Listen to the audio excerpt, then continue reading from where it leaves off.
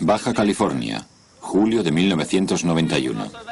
Astrónomos aficionados, amateurs y simples curiosos se preparan para un espectáculo inusual. Justo a tiempo. Excelente. Como estaba previsto.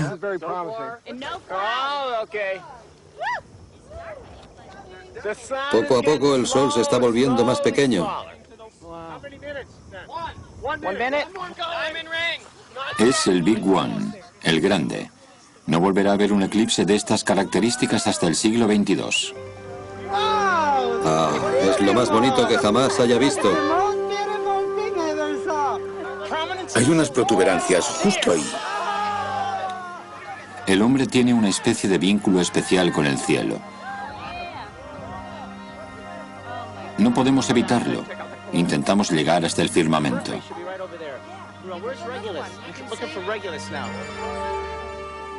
Desde nuestro ventajoso lugar de observación, la Tierra, somos testigos de sucesos sorprendentes. En la era espacial estamos experimentando visiones aún más sobrecogedoras. Las imágenes por satélite nos revelan nuevos aspectos sorprendentes del Sol y de otros objetos celestiales más lejanos. Cuásares que brillan con su potentísima luz. Galaxias rodeadas de gas ardiente.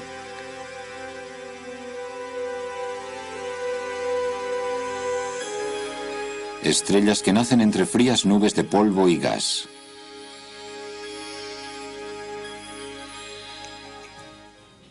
La era espacial ha permitido que adquiriéramos un tipo de conocimiento que jamás hubiéramos obtenido desde la superficie terrestre.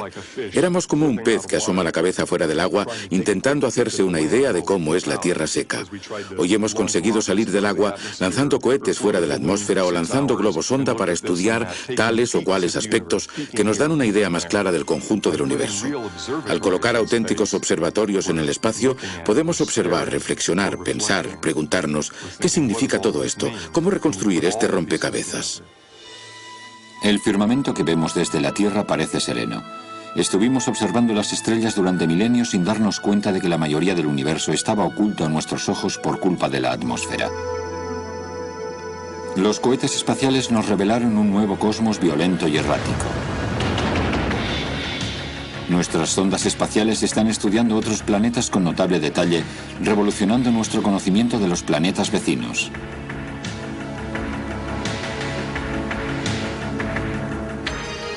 Nuestra observación del espacio nos permite remontarnos a los orígenes del universo e intentar predecir el final de los tiempos. Estamos rastreando la arquitectura del universo hasta las formaciones más antiguas que conocemos.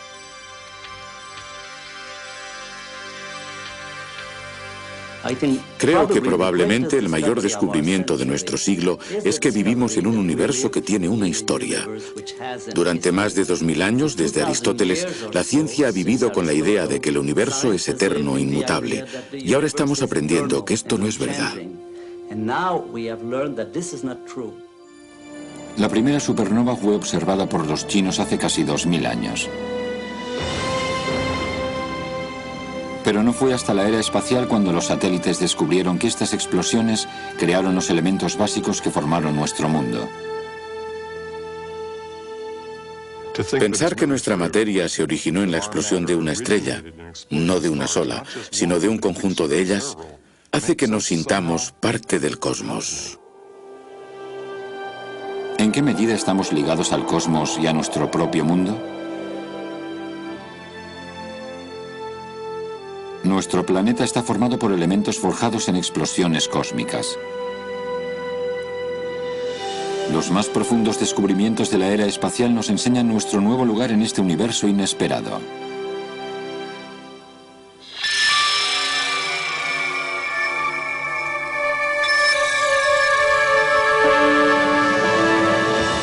La era espacial.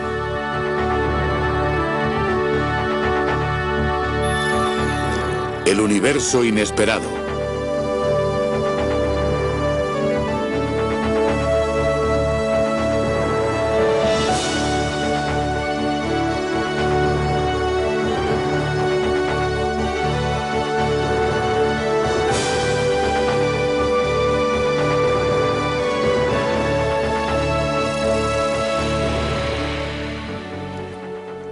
mayor parte de la financiación de la era espacial ha sido aportada por la Corporación de Emisoras Públicas junto a telespectadores como usted.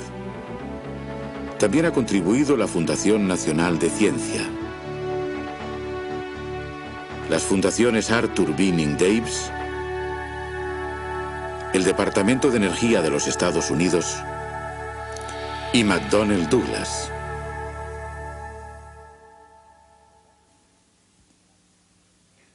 Desde que el ser humano puebla la Tierra, siempre hemos hallado inspiración en la noche estrellada, en el firmamento aparentemente inmutable, sereno, remoto e inalcanzable. Soy Patrick Stewart. Al principio de la era espacial, desde nuestro privilegiado puesto de observación en la Tierra, empezamos a descubrir un universo inesperado, un lugar de cambios vertiginosos y tremenda violencia. Sorprendentemente descubrimos que ese universo inesperado es menos remoto que el sereno firmamento que conocíamos antiguamente. También descubrimos que pertenecemos a nuestro violento universo. No solo estamos hechos de la misma materia que las estrellas, sino que incluso los átomos de nuestro cuerpo son en sí como pequeñas estrellas. El descubrimiento de este violento universo puede ser la contribución más trascendental de la era espacial a la ciencia. Esta primera película hecha en el espacio fue filmada justo después de la Segunda Guerra Mundial. Esta nueva visión de nuestro planeta resultaba excitante. Sin embargo, nos habríamos sorprendido aún más si hubiéramos mirado en otra dirección, hacia el espacio. Nuestra idea de universo estaba a punto de cambiar totalmente. Uno de los primeros descubrimientos de la era espacial tuvo lugar en una remota parte del Pacífico.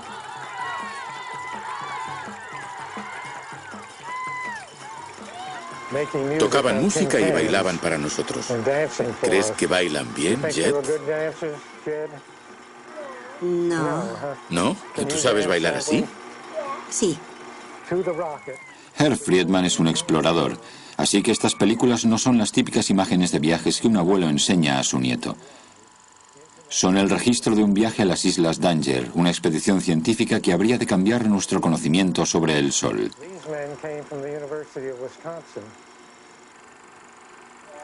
¿Dónde estaba yo? ¿Dónde estabas? En ninguna parte. ¿En qué año fue esto? En 1958, hace más de 30 años. El Dr. Friedman viajó al Pacífico Sur para dirigir el primer estudio espacial de un eclipse solar total. Los ojos de todo el mundo estaban fijados sobre la expedición. El famoso periodista Lowell Thomas también estaba ahí. La gran aventura, con Lowell Thomas.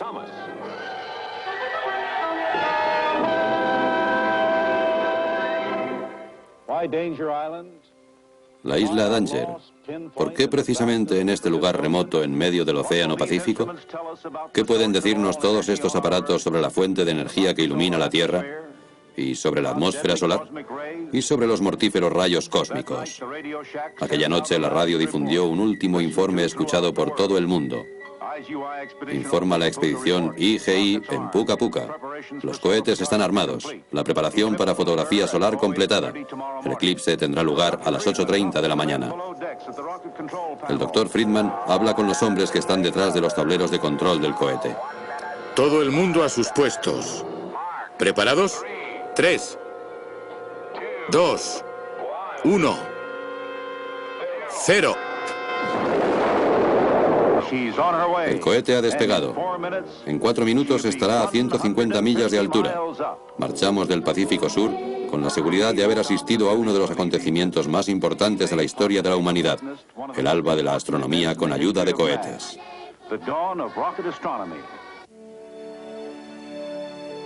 Friedman descubrió la existencia de sorprendentes fuentes de alta energía, pero tal vez su mayor hallazgo fue descubrir cómo el uso de cohetes permitía hacer estudios científicos de precisión. Este maravilloso universo estaba esperando que nuestra generación llegara. Hemos tenido la suerte de disponer de los instrumentos y tecnologías adecuadas para poder contemplarlo. Friedman empezó a trabajar con cohetes en White Sands, Nuevo México, una década antes de su experimento con el eclipse. Los Estados Unidos estaban haciendo pruebas con misiles V2 requisados a los alemanes. El V2 estaba calibrado para volar con 1 tonelada de explosivos en su cabeza. En los primeros vuelos de prueba, los explosivos fueron sustituidos por hormigón o metal.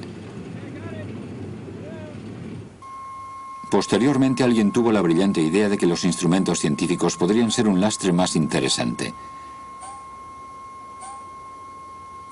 La ciencia se convirtió en un pasajero a bordo del vehículo militar. Esta máquina de guerra nos daría nuestra primera ojeada al universo más allá del velo de la atmósfera. Colocar los instrumentos a bordo era un asunto complicado. El cohete debía estar de pie. Entonces, traían una escalera con ruedas. El científico se subía en la escalera y colocaba los instrumentos en la cabeza del cohete. Cargar los instrumentos era la parte más difícil. Después de un vuelo espacial de 160 kilómetros había que recuperar los rollos de película filmada. La cuestión era esperar que el cohete colisionara contra el suelo y después buscar entre la chatarra hasta encontrar la película, revelarla y obtener la información. En el primer intento, el cohete cayó en picado y quedó enterrado en un cráter de unos 24 metros de diámetro por 12 metros de profundidad. Fue casi imposible reconocer nada entre aquella chatarra. Friedman ideó una solución más efectiva. ¿Por qué no transmitir los datos a la Tierra antes de que el cohete colisionara? Esta telemetría resultó un gran avance que permitió a Friedman evitar el complicado proceso y dedicarse más a los descubrimientos científicos.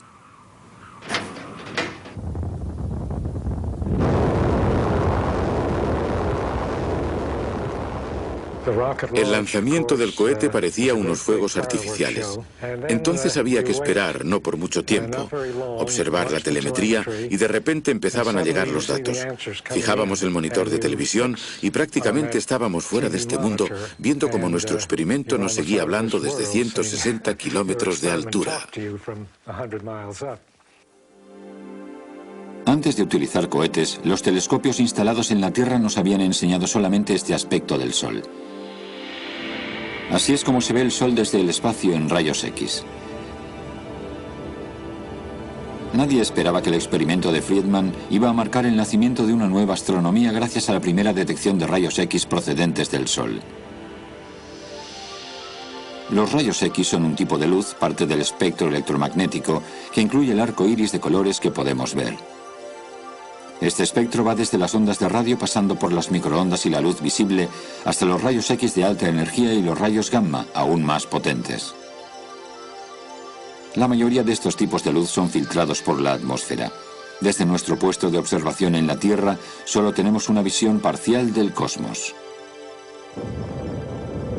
A principios de los 60, los rayos gamma solo eran detectados en explosiones nucleares o pruebas de laboratorio. Los Estados Unidos querían asegurarse de que los soviéticos obedecían el tratado antinuclear. La solución, observar el firmamento a la busca de rayos gamma que delataran explosiones nucleares ilegales.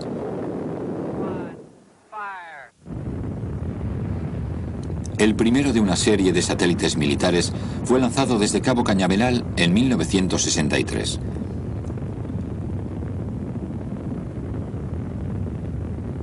Los satélites Vela estaban diseñados para vigilar las explosiones nucleares desde gran altura. Hicimos 6 lanzamientos y creo que no hubo ni uno solo de ellos que no presentara problemas asociados con el lanzamiento. Una vez, cuando nos dirigíamos a Cabo Cañaveral, la NASA nos envió un aviso que decía que un tipo particular de transistor no resultaba fiable. Habíamos puesto 10.000 transistores como ese en los 2 satélites. Teníamos 2 posibilidades: desmontar los satélites y volver a empezar de nuevo, o bien lanzarlos tal como estaban. Así que los lanzamos llevando 10.000 transistores defectuosos a bordo. Fue el lanzamiento número 5. Funcionaron durante 15 años. Los satélites Vela empezaron a detectar rayos gamma. Las señales no cuadraban con ningún perfil de explosión nuclear en el espacio. Los científicos empezaron a pensar cómo conseguir que un pequeño objeto más brillante que el Sol se encendiera y apagara de un fogonazo. Para crear aquel nivel de radiación se trataba de crear un objeto que midiera unos cuantos centenares de kilómetros de diámetro e irradiara 1 millón de veces la energía del Sol, que se apagara en una fracción de milisegundo y después desapareciera. Eso no se puede hacer. Totalmente imposible. Los satélites Vela jamás detectaron ninguna prueba nuclear ilegal. En lugar de ello descubrieron unos picos de luz de alta energía que ahora conocemos como ráfagas de rayos gamma. Nadie, ni en sueños, pensó jamás que existiera un fenómeno de este tipo. Esos satélites no estaban allí para descubrir las ráfagas de rayos gamma. Estaban ahí para controlar las explosiones nucleares. Fue un clásico caso de casualidad. Un detector diseñado para registrar un tipo específico de fenómeno revela que la propia naturaleza produce también ese tipo de fenómeno, cosa que no sabíamos. Por casualidad, los satélites Vela descubrieron fenómenos celestes que jamás habríamos soñado encontrar. Poco tiempo después de los primeros descubrimientos espaciales, la ciencia podía plantearse dejar de cabalgar a bordo de cohetes militares. En 1970, uno de los primeros satélites íntegramente dedicados a la astronomía, el Uhuru, estaba a punto de ser lanzado. Su misión sería buscar rayos X con la esperanza de hacer nuevos descubrimientos. Cuando uno es joven, carece de ese temor reverencial hacia la naturaleza. Fue solamente con el Uhuru cuando empecé a darme cuenta de que tenía el privilegio de disponer de una línea directa con la naturaleza y de observar cosas que nadie había visto anteriormente. Era una especie de sentimiento religioso de gratitud por los secretos que nos estaban siendo revelados. Lanzado desde una plataforma en la costa de Kenia, el Uhuru, que significa libertad en suajili, liberó a los astrónomos de la frustración de tener solo una visión fugaz del espacio.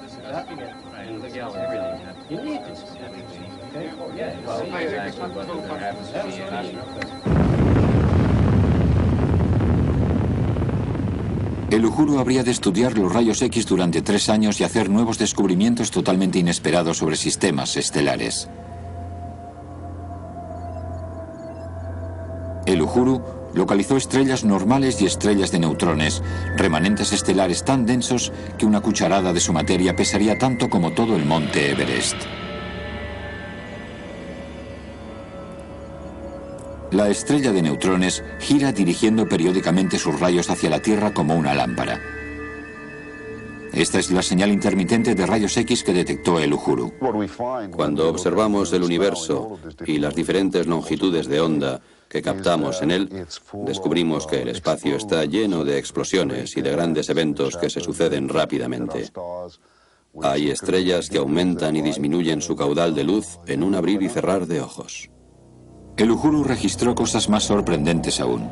Detectó una estrella que orbitaba algo que parecía un agujero negro, todo un sol reducido a la cabeza de una aguja.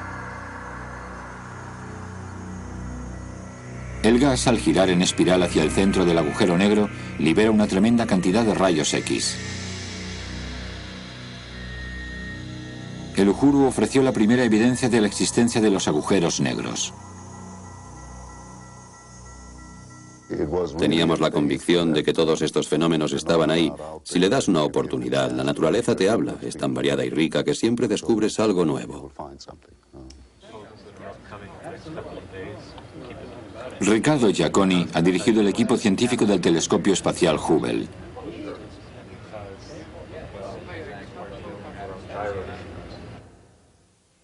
El Hubble es el primero de los 4 grandes observatorios planeados por la NASA. Puede vislumbrar cualquier objetivo con una eficacia mucho mayor que cualquier telescopio óptico terrestre. Los astrónomos de todo el mundo ya se están aprovechando del caudal de imágenes del Hubble.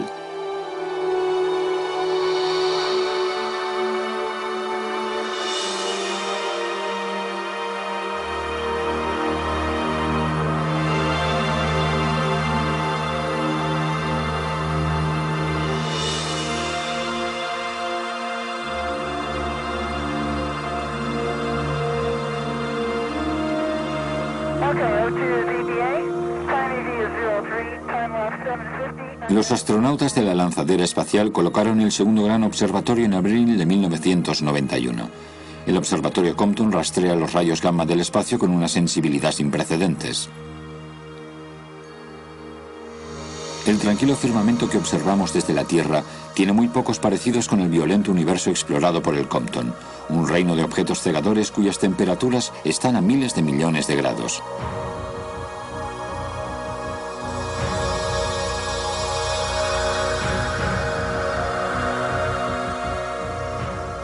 Además, existen las enigmáticas ráfagas de rayos gamma descubiertas por el Vela. Con una sensibilidad 1000 veces mayor que la del Vela, el Compton puede finalmente llegar a explicar la naturaleza de estos flashes cósmicos, posiblemente uno de los fenómenos más violentos jamás observados.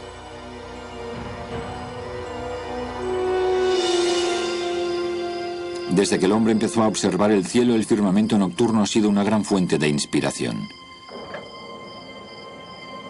Los telescopios han enriquecido nuestra visión y aumentado nuestro conocimiento. Pero nuestra visión desde la Tierra, por muy clara que ésta sea, siempre será limitada, filtrada por la atmósfera. En la era espacial, podemos ver el cosmos bajo una nueva luz.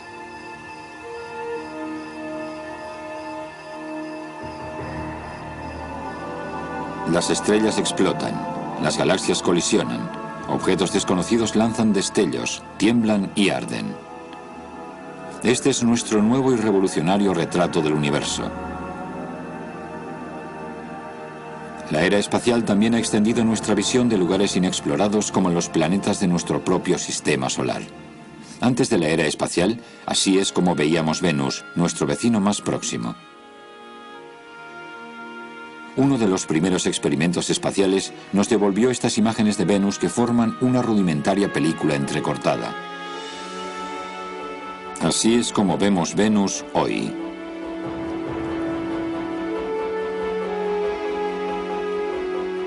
Este grácil vuelo ha sido simulado por ordenador gracias a mapas reales hechos por el radar de la sonda Magellan.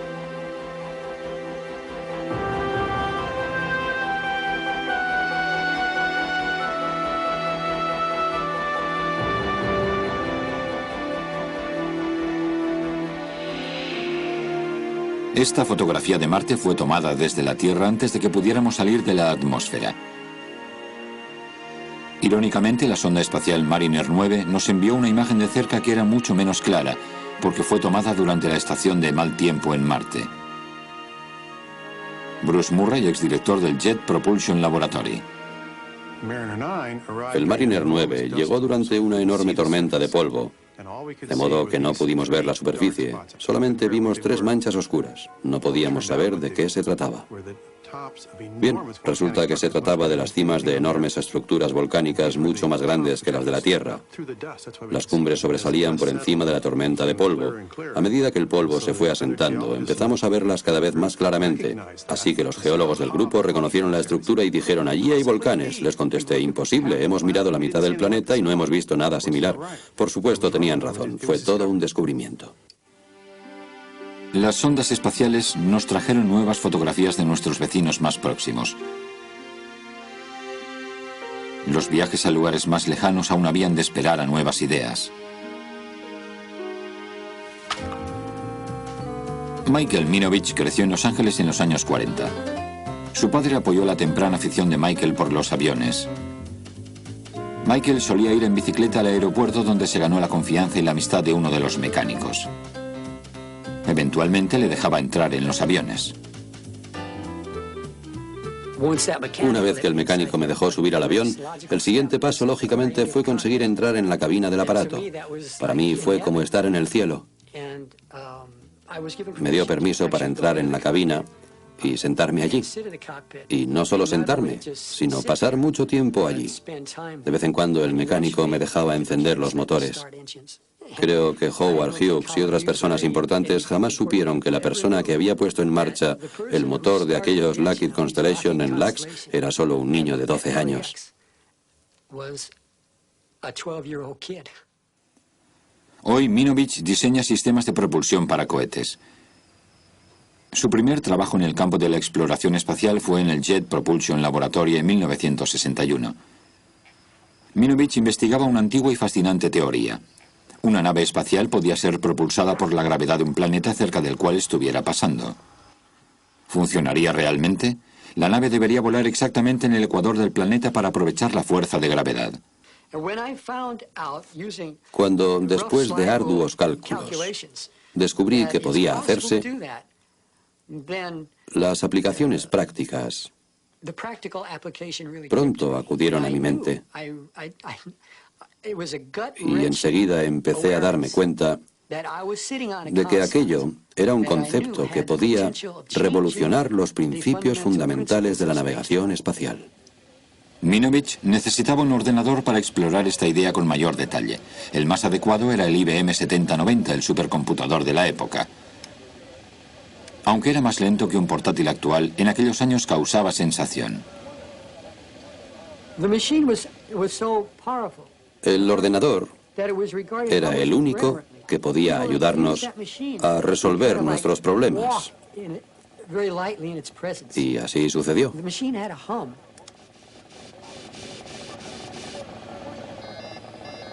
Minovich se dirigió al director de ordenadores de la UCLA, quien le dio más de lo que esperaba.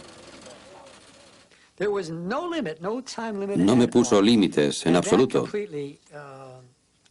Y eso me puso en órbita.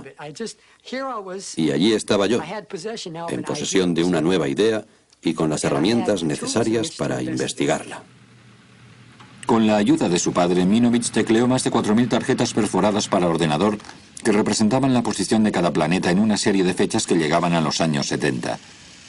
Utilizando estos datos, el ordenador calculaba las rutas de vuelo más adecuadas para ir a direcciones determinadas. Estaba claro, una nave podía aprovechar la gravedad de un planeta para desplazarse sin colisionar con este. Minovich estableció rutas de vuelo detalladas utilizando al planeta Júpiter como plataforma para viajar a planetas más distantes. La gravedad podía contribuir a llevar a cabo una misión real. Minovich había establecido los cimientos para los espectaculares viajes de la era. Estos planetas dan testimonio de una historia de impactos devastadores. El bombardeo de asteroides y cometas fue en un tiempo tan intenso que tal vez generaciones previas de lunas fueron totalmente pulverizadas.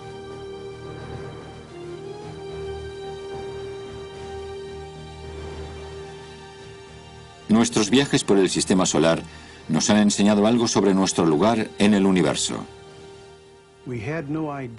No teníamos ni idea de los procesos físicos y químicos que dan lugar a la formación de los planetas. Por eso la gente pensaba que vivíamos en un lugar inusual. Era el único sistema solar que conocíamos. Éramos especiales y por tanto debíamos ser únicos. A medida que empezamos a entender los detalles, la familiaridad empieza a vencer al milagro. Empezamos a decir, o sea que así es como funciona. Estas imágenes de la Tierra fueron tomadas por la sonda Galileo en su camino hacia Júpiter. El Galileo es una de las misiones planetarias más complejas jamás emprendidas. El Galileo liberará una sonda que será la primera que descienda a la atmósfera de Júpiter. En el Jet Propulsion Laboratory en Pasadena se hace un seguimiento de misiones planetarias como la del Galileo durante todo el día. Aquí los científicos captan los murmullos de sus experimentos que les hablan desde 8.000 millones de kilómetros de distancia.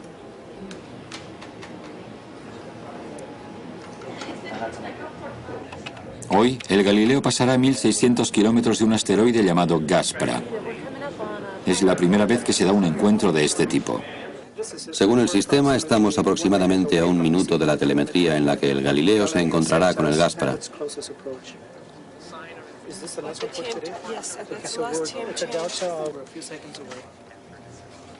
Necesitaba equilibrarse, así que hemos desconectado la compensación de movimiento. Los propulsores funcionan perfectamente, todo en orden.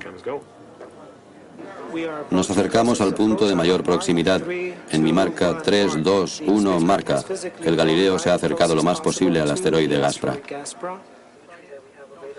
El Gaspra, una masa rocosa de 19,2 kilómetros de largo, en órbita alrededor del Sol, muestra las cicatrices de asteroides más pequeños. La nueva generación de científicos e ingenieros tiene ahora el privilegio de obtener un primer plano de un nuevo objeto celeste.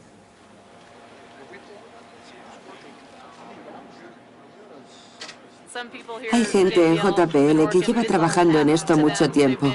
Llevan aquí más de 20 años. Para mí todo es nuevo. Todo lo que veo, el encuentro con el Gaspra. Me hubiera gustado estar aquí en la misión del Voyager.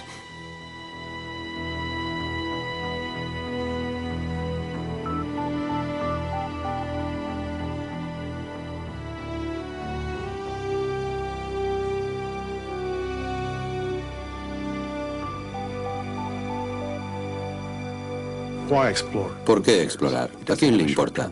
No ofrece una recompensa a corto plazo.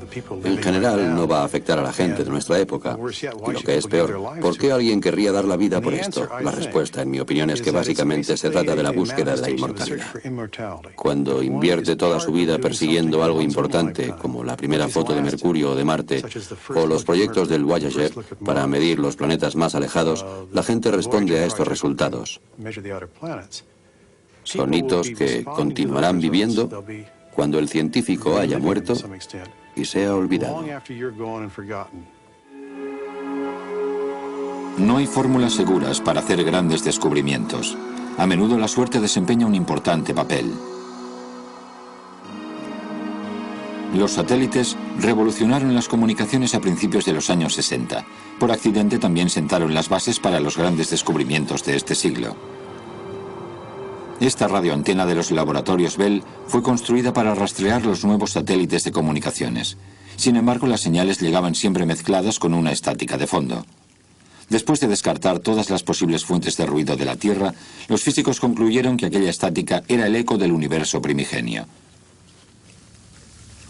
La antena había captado accidentalmente el show que más años lleva en cartel: el Big Bang. De acuerdo a la teoría del Big Bang, al principio el universo era extremadamente caliente, denso y caótico. Incluso la luz estaba capturada entre el denso tráfico de partículas. A medida que el universo se expandió y enfrió, la luz fue súbitamente liberada. Hoy, solo 3 grados por encima del cero absoluto, esta luz llamada radiación de fondo es la misma señal que 15.000 millones de años después ha captado la antena del laboratorio Bell.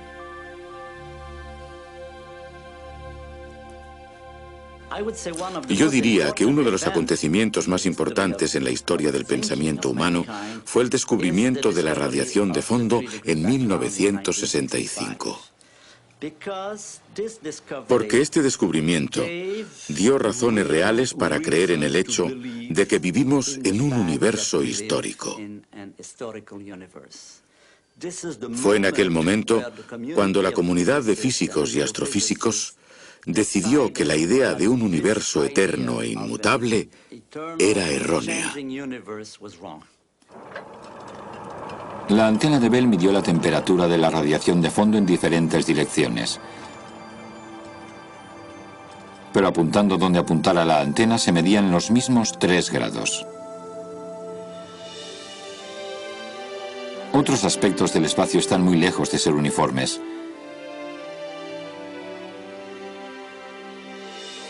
En este mapa de una parte del universo hecho por el Observatorio Astrofísico Smithsonian, cada punto es una galaxia. Hemos descubierto que las galaxias no están distribuidas al azar. Al contrario, están agrupadas formando una especie de enormes cintas. ¿Cómo surgió una organización de este tipo a partir del caos del universo primigenio?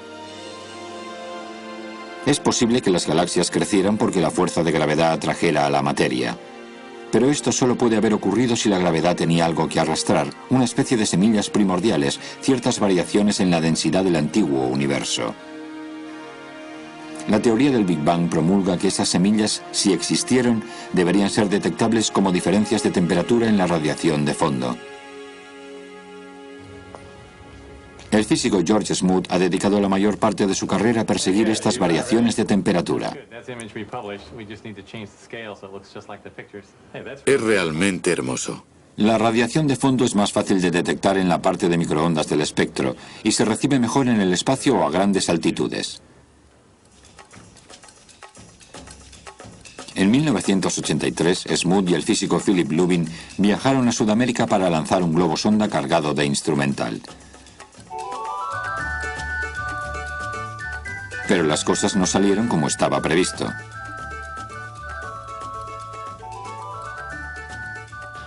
Por desgracia, en Brasil nuestro globo se perdió en la jungla, así que aquel estudiante y yo compramos unos billetes de avión y nos dedicamos a recorrer el país en busca del globo, sentados cada uno a un lado del avión, intentando saber qué había sido de la carga. Aparte del paisaje de la jungla, Smoot no vio nada más. Pero un año después, una llamada de Brasil le anunció que la carga había sido hallada.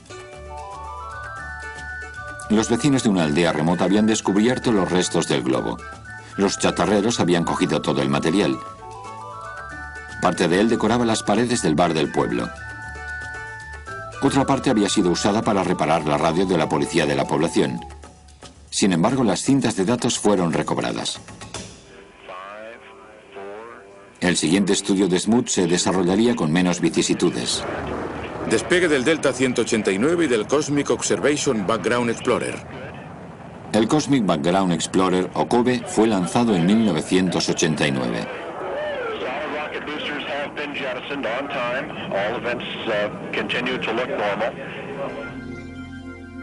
Uno de los instrumentos a bordo de este satélite de la NASA había sido diseñado por Smoot y sus colegas para detectar variaciones de temperatura en la radiación de fondo. Para mí esta es la edad de oro de la cosmología, aunque todavía es todo muy reciente. Es muy importante disponer de la tecnología y de la habilidad de construir instrumental para hacer observaciones. Enviar esta tecnología al espacio es la parte más importante. Ya hemos hecho todo lo que se puede hacer desde el suelo. Para hacer el resto hay que ir al espacio. Ha llegado el día más grande de la carrera de Smoot. Se dispone a anunciar a su equipo los primeros hallazgos positivos del COBE. La anticipación de los resultados del COBE tiene en ascuas a los físicos. No se ha filtrado información alguna de cuáles son los resultados, aparte, claro está, de los rumores que circulan por todo el país y, de hecho, por todo el mundo. Estos rumores dicen que han conseguido pruebas de cómo era el universo en su origen, a través de su primera radiación, la radiación de fondo de 3 grados. Y por eso estamos aquí, para enterarnos. La primera ponencia de esta mañana será sobre las mediciones anisotrópicas de las microondas cósmicas de fondo. El orador será George Smoot. El COBE consiguió detectar las diferencias de temperatura que anteriores estudios no fueron capaces de ver. Este es el aspecto que ofrece el firmamento de microondas. Por fortuna, el instrumental del COBE era lo suficientemente sensible para captar esas ondas.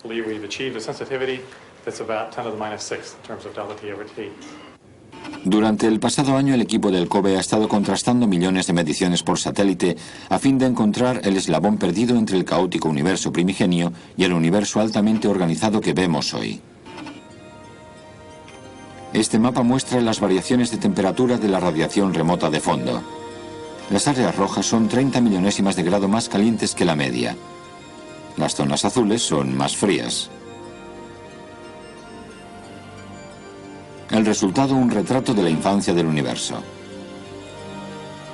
Estas figuras fantasmagóricas, predichas por la teoría del Big Bang pero jamás observadas hasta el momento, son reflejos de las semillas primordiales que dieron lugar a las galaxias y a los conjuntos de galaxias.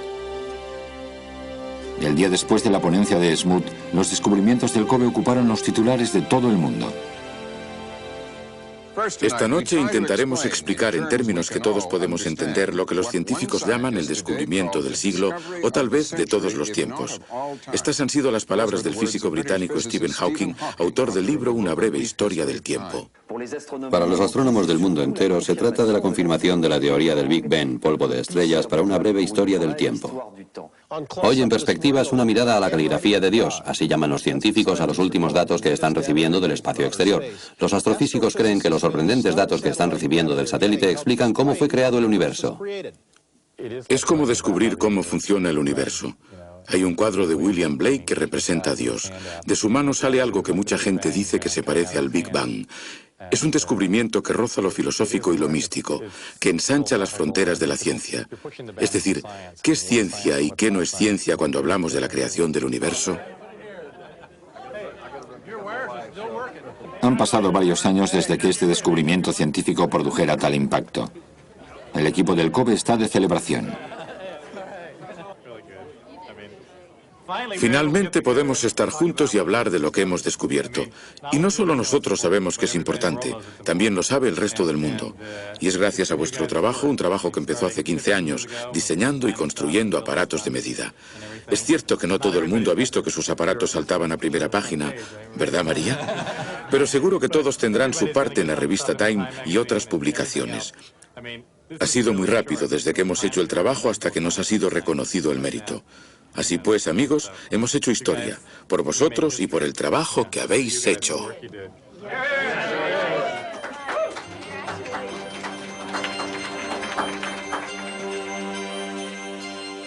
Estas reliquias del Big Bang reveladas por el COBE podrían haber sido el tenue origen de nuestra propia Vía Láctea.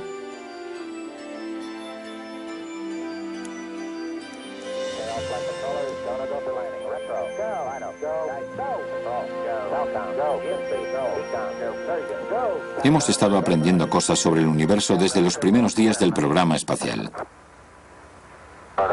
El EVA está progresando perfectamente.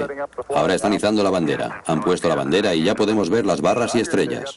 Para muchos, plantar la bandera americana en el suelo de otro mundo fue el punto culminante de la misión Apolo 11. Para los científicos, hubo otra bandera más importante.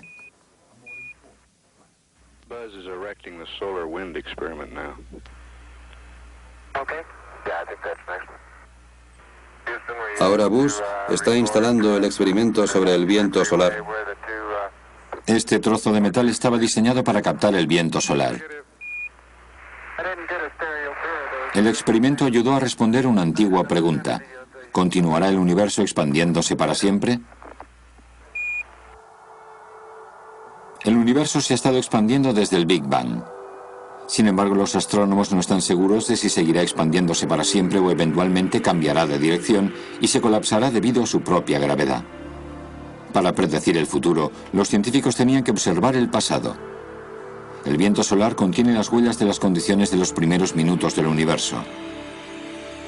Viajando a 1,6 millones de kilómetros por hora, este viento de partículas contiene información sobre una sustancia primigenia, una forma de hidrógeno llamado deuterio.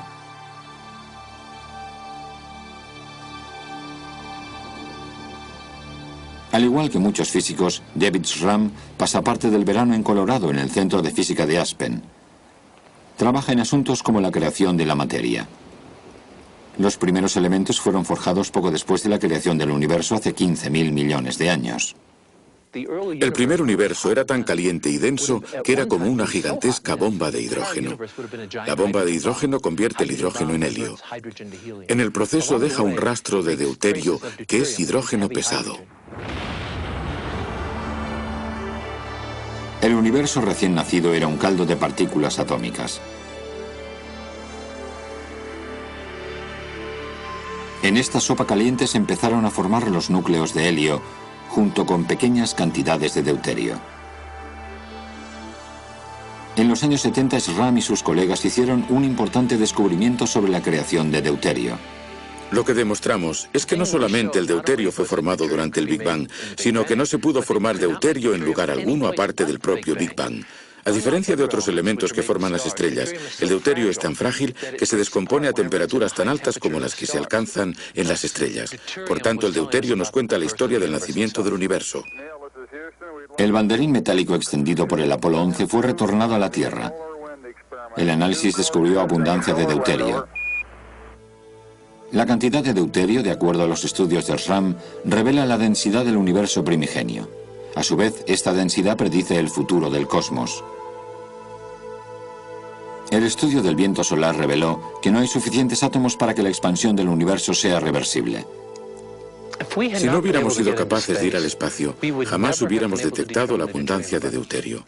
No dispondríamos de esta prueba del universo primigenio. No podríamos utilizar esta prueba para calcular la densidad del universo, ni siquiera podríamos comprobar las condiciones del universo recién creado. Sin el espacio, no tendríamos este conocimiento del universo primigenio.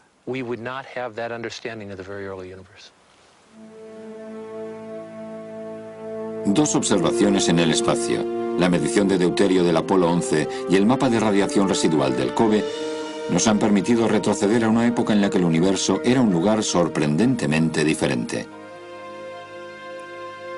Ahora tenemos la imagen de un universo en evolución que empezó siendo caótico y caliente. Se desarrolló en el tiempo y eventualmente dio lugar al nacimiento de una humanidad que había de contemplarlo.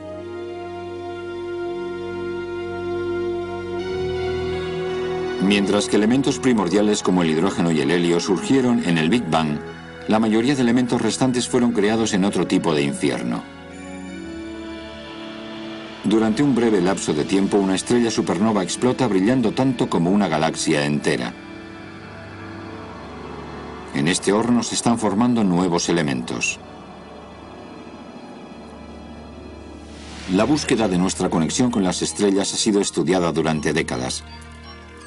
Se cree que el hierro, por ejemplo, proviene del declive de cobalto radioactivo creado en la explosión de una supernova. Si es cierto que nuestro hierro fue creado gracias a un proceso radioactivo, ¿existe alguna manera de confirmarlo? Esta era la cuestión que rondaba mi cabeza en 1968, hasta que descubrí que sí que había una manera.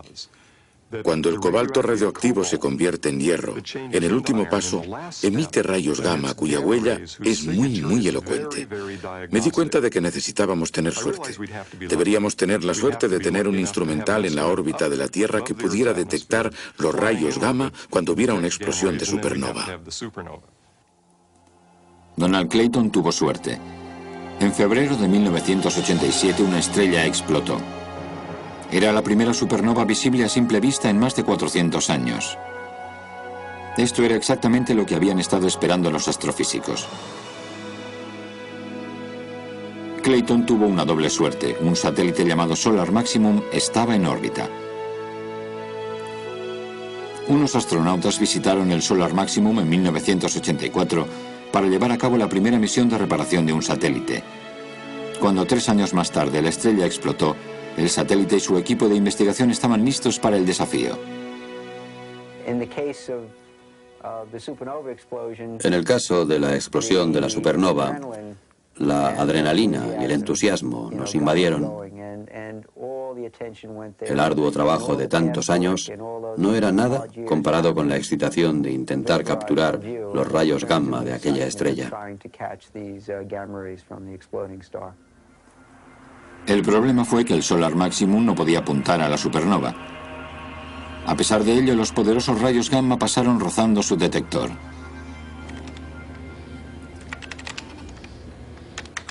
Jerry Sher descubrió que los rayos gamma tenían huellas energéticas del cobalto.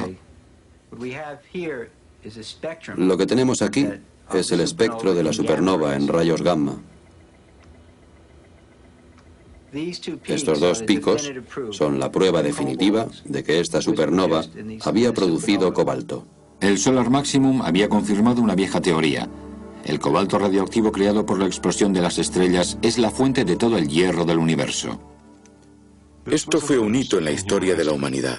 Detectar una radiactividad de creación tan reciente y saber que aquel objeto, aquella estrella, había creado elementos nuevos. Era la primera información que teníamos sobre este proceso. Estas cosas exóticas que llamamos rayos gamma, que poca gente conoce, tienen una gran relevancia en nuestra vida. Lo que ahora sabemos es que el calcio de nuestros huesos, el hierro de nuestra sangre, fueron creados en la explosión de supernovas. Fueron creados en explosiones de supernovas que ocurrieron mucho antes de que existiera nuestro sistema solar. Fueron emitidos por esas estrellas. El calcio y el hierro flotaban en el gas interestelar hasta que una nube de este gas fue lo suficientemente densa y fría para colapsarse y formar nuestro sistema solar. Hemos heredado de aquellas explosiones estelares el calcio y el hierro de los que estamos hechos.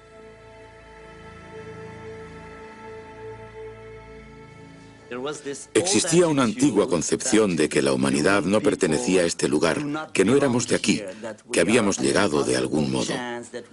No teníamos razón para estar aquí, éramos extranjeros en nuestro universo. Creo que lo que demuestra la cosmología es que esto no es verdad. Somos un producto de la evolución del universo y estamos inscritos en la misma historia, en la misma evolución que las estrellas o que las ranas.